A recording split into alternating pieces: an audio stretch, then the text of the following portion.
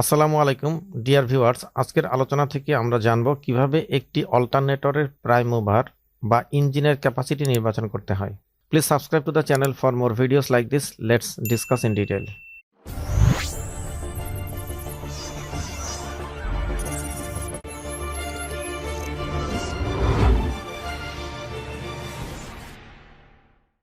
তো বন্ধুরা, আজকে আমাদের আলোচনার বিষয় ইতিমধ্যে আমরা অবগত হয়েছি, আর তা হচ্ছে engine sizing calculation for alternator. অর্থাৎ একটি অল্টারনেটরের সঙ্গে আমরা যে ডিজেল ইঞ্জিনটি প্রাইম মুভার হিসেবে ব্যবহার করি, সেই ডিজেল ইঞ্জিনের ক্যাপাসিটি কিভাবে আমরা নির্ধারণ করব।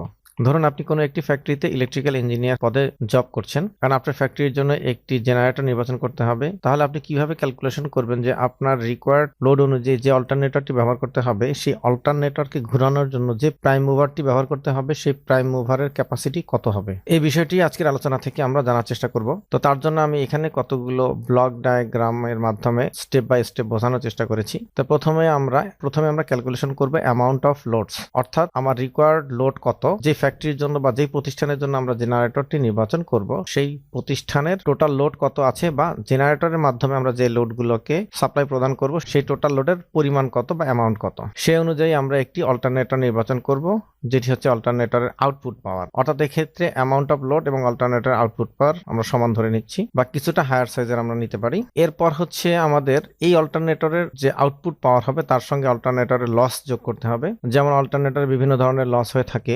I square R loss for stator winding, I square R loss for rotor winding, core loss, friction loss, windage loss, আরো বিভিন্ন ধরনের লস আছে। তো সেই লসগুলো আমরা আউটপুট পাওয়ারের সঙ্গে যোগ করে ওই অল্টারনেটরের ইনপুট পাওয়ার নির্বাচন করব। বা অল্টারনেটরের স্পেসিফিকেশন থেকে যদি আমরা অল্টারনেটরের ইফিসিয়েন্সি জানতে পারি, সেই ইফিসিয়েন্সি থেকে অল্টারনেটরের ইনপুট পাওয়ার আমরা সহজেই বের করে নিতে পারবো। এবং অল্টারনেটরের যে ইনপুট পাওয়ারটা আমরা পেলাম, এটি হচ্ছে মূলত এই ডিজেল ইঞ্জিনের আউটপুট পাওয়ার। তাহলে ডিজেল ইঞ্জিনের যে আউটপুট পাওয়ারটি আমরা ক্যালকুলেশন করে বের করব, তার সঙ্গে আরো অতিরিক্ত 20% আমরা অ্যাড করব সেফটি ফ্যাক্টর হিসেবে। তো এই যে 20%, এটি হচ্ছে আইএসি স্ট্যান্ডার্ড অনুযায়ী একটি অল্টারনেটরের 15% থেকে 20% ধরা হয়ে থাকে।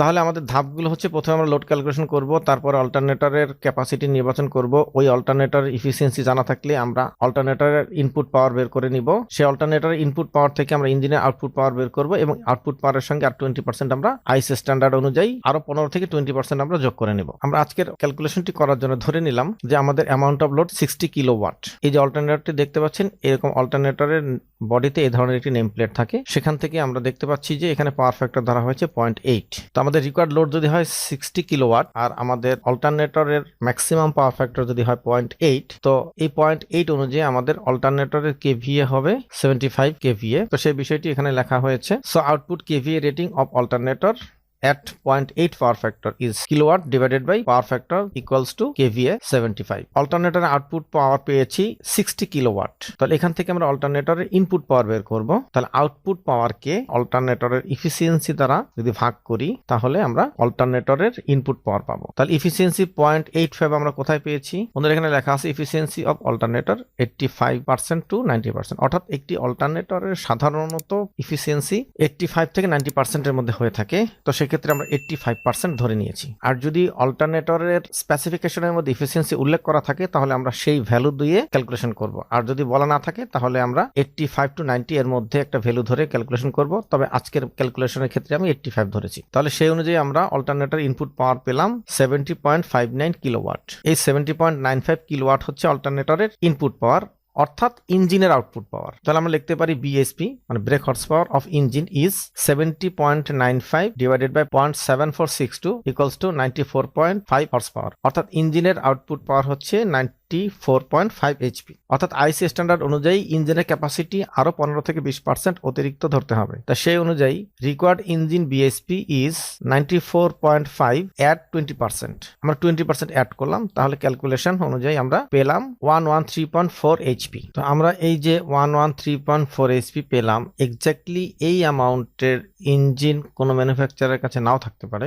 সেজন্য আমাদের এই ফ্লেক্সিবিলিটি, অর্থাৎ 15 থেকে 20, আমরা এখানে ম্যাক্সিমামটা ধরেছি 20%, কারণ এর থেকে কম বেশি হতেই পারে। তাছাড়া বিভিন্ন স্ট্যান্ডার্ড অনুযায়ী, যেমন ইন্ডিয়ান স্ট্যান্ডার্ড আছে, নিমা আছে। তো এই স্ট্যান্ডার্ডের ভিন্নতার কারণেও ইঞ্জিনের ক্যাপাসিটি ক্যালকুলেশনে ভিন্নতা হতে পারে। কারণ আমার অভিজ্ঞতা থেকেই আমি কোনো ইঞ্জিনের 10% অতিরিক্ত দেখেছি, আবার কোনো ইঞ্জিনের 25% অতিরিক্ত দেখেছি। বন্ধুরা, এখানে যে পাওয়ার ফ্যাক্টরটি ধরা হয়েছে 0.8, এটি একটি অল্টারনেটরের ম্যাক্সিমাম পাওয়ার ফ্যাক্টর। অর্থাৎ এই অল্টারনেটরটাকে সর্বোচ্চ আমরা 0.8 পাওয়ার ফ্যাক্টরে অপারেট করতে পারবো, এর বেশি পাওয়ার ফ্যাক্টরে অপারেট করা যাবে না, যেমন 0.85 কিংবা 0.9। তো এটা কেন বা কি কারণে সে বিষয় নিয়ে আমি এর পরবর্তীতে আরেকটি ভিডিও তৈরি করব। এই ভিডিওটিকে আর দীর্ঘায়িত করার ইচ্ছে নেই। তো বন্ধুরা, ইঞ্জিন সাইজিং ক্যালকুলেশন নিয়ে এই ছিল আজকের আলোচনা। দেখা হবে পরবর্তী ভিডিওতে। সে পর্যন্ত সবাই ভালো থাকুন, সুস্থ থাকুন এবং ট্রিপলি ক্যাম্পাসের সাথেই থাকুন। আল্লাহ হাফেজ।